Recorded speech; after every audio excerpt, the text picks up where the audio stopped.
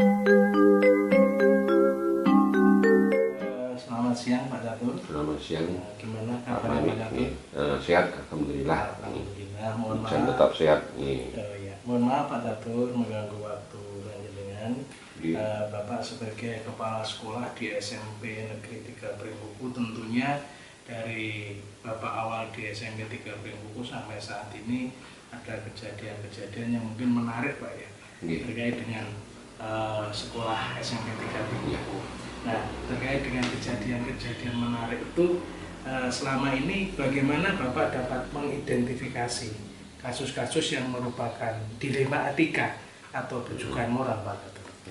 Terima kasih Pak Mami, pertanyaan terkait CGP ini demonstrasi kontekstual model pertanyaannya Pak Mami. Tadi begini Pak Mami, saya pertama hadir di sini itu tanggal 17 Januari 2022 itu saya mendengar dan mengamati sendiri satu anak-anak itu berteriak-teriak.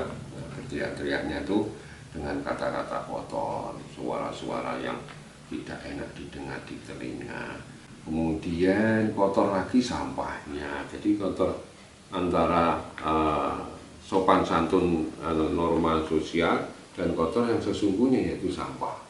Anak-anak itu sembarangan buang sampah.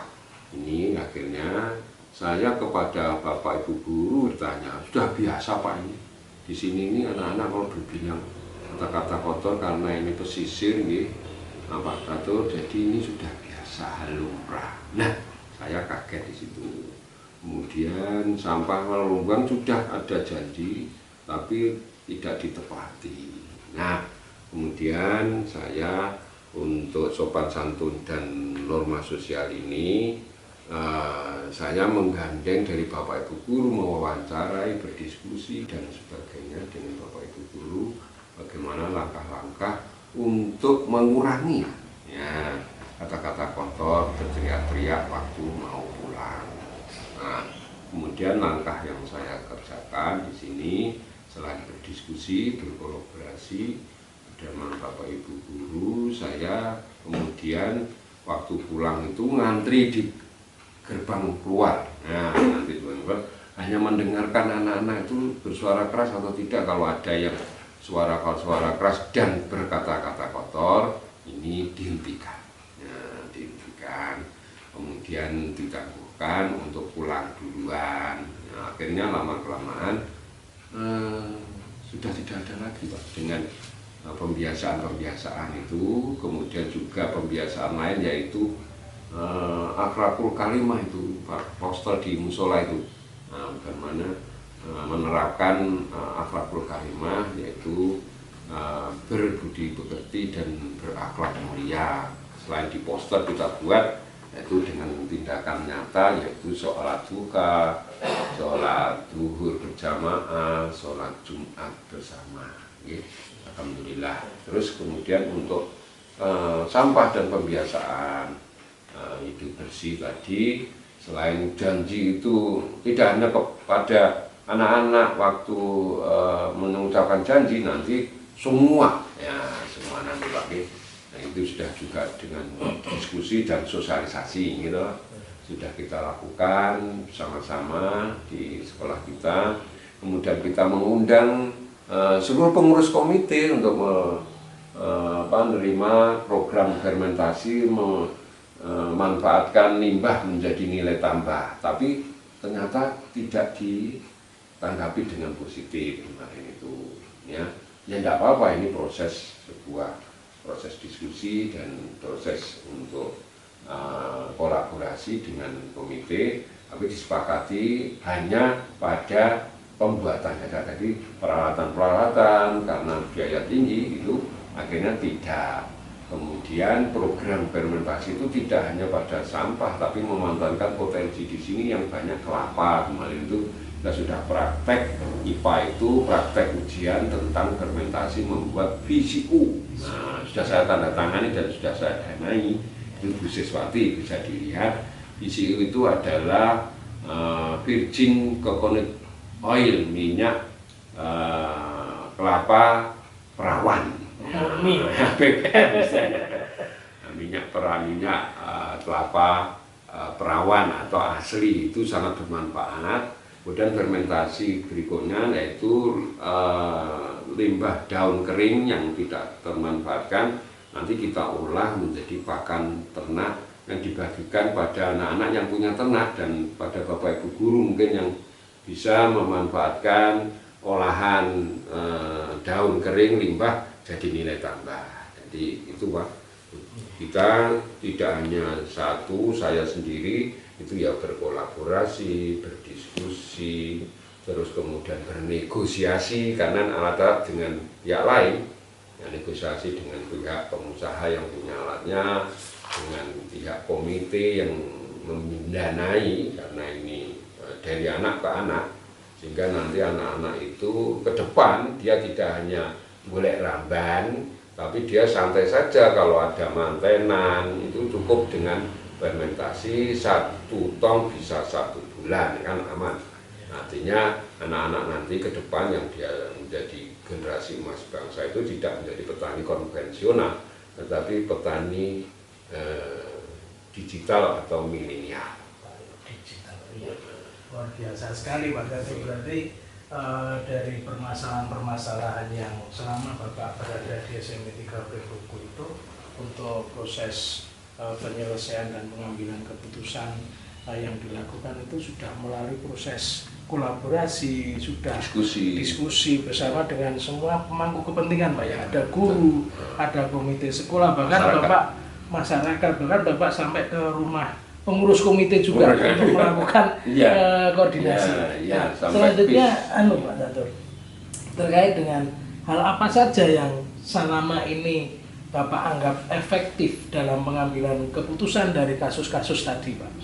Yang paling efektif itu kita tidak serta-merta pada putusan diri pribadi dan arogansi, tapi yang efektif adalah dengan musyawarah dan diskusi. Jadi dengan Bapak mengedepankan musyawarah diskusi dengan semua pemangku itu yang dianggap Bapak sangat efektif ketika akan melakukan.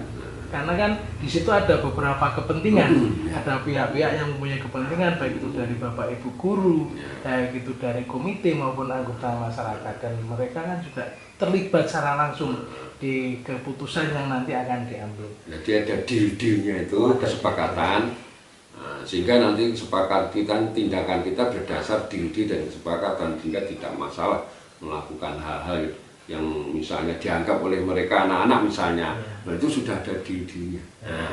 Ya, berarti luar biasa sekali Pak Catur, karena memang sudah dikonsep secara matang, kemudian ditawarkan bersama-sama di forum diskusi atau musyawarah, muncul deal-deal sehingga diputuskan. Kita bekerja lewat deal-deal itu tadi dasar pekerjaan yang dilakukan. Ya, kemudian itu efektif sekali. Sangat efektif. Berarti itu satu hal yang memang sering dilakukan ketika Bapak mengambil keputusan dari permasalahan-permasalahan yang ada di SMP Negeri 3 Primboko. Selanjutnya perlu juga saya ketahui Bapak, terkait dengan adakah seseorang atau faktor-faktor apa yang selama ini mempermudah atau membantu Bapak dalam mengambil keputusan dalam kasus dilema etika tadi Pak? Oh ada, biasanya pentolannya Pak.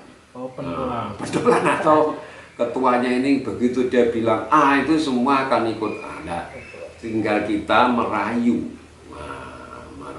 menegosiasi. Misalnya jangan sampai ketua itu apatis, kan ada misalnya stok nih rasa dia lah, kita ngelobi pada ketua untuk tidak peduli, harus care ya. Kalau sudah care, oke, ya itu sangat membantu.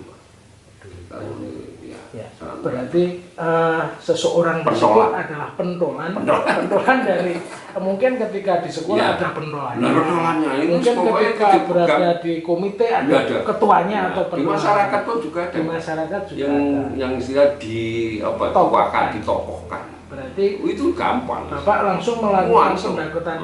Kalau mereka tidak peduli, dirayu. Oh, dirayu, dilakukan pendekatan. dengan segala macam bentuk Ya. rayuan yang membuat Ya. artinya luruh, Ya. sehingga bisa Rayuan dibaca. maut. Oh, rayuan maut. Oke.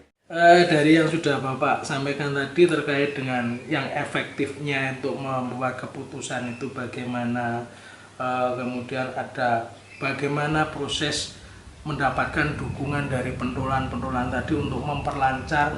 Itu berarti kalau di lembagaan Pak, seperti DPR itu kan ada proses untuk negosiasi untuk hearing istilahnya. hearing ya itu. Nah, dari semua hal yang telah Bapak sampaikan tadi, apa yang Bapak dapatkan terkait dengan bagaimana mengambil keputusan dengan menggunakan dasar paradigma dilema etika, Pak? Memang pertamanya susah Pak, ada dilema-dilema dan konflik-konflik awalnya itu. Ya awalnya kemarin orang tuanya sudah biasa berkata-kata kotor, lingkungannya kotor dan sebagainya, kan susah dari merubah pembiasaan jelek ke baik itu perlu proses. Nah, proses itu perlu waktu itu tidak sebentar, kemudian juga perlu tenaga dan pikiran, gitu Pak. Nah, kesimpulannya itu kita dalam mengambil keputusan dilema tadi itu kita tidak bisa arogansi satu. Arogansi itu karena saya dibeh kuoso, aku karepku ini itu tidak bisa. Nah, perlu kesimpulannya itu perlu ada kesepakatan-kesepakatan, deal-deal dan diskusi-diskusi sehingga apa yang kita sepakati, apa yang kita mau masalah di kaitannya dengan dilema etika tadi menjadi beretika, menjadi yang lebih baik bagi kita semua, ya tidak hanya pada institusi, tapi bahkan pada pribadi-pribadi nanti kelak di kemudian hari. Luar biasa sekali Pak Datuk.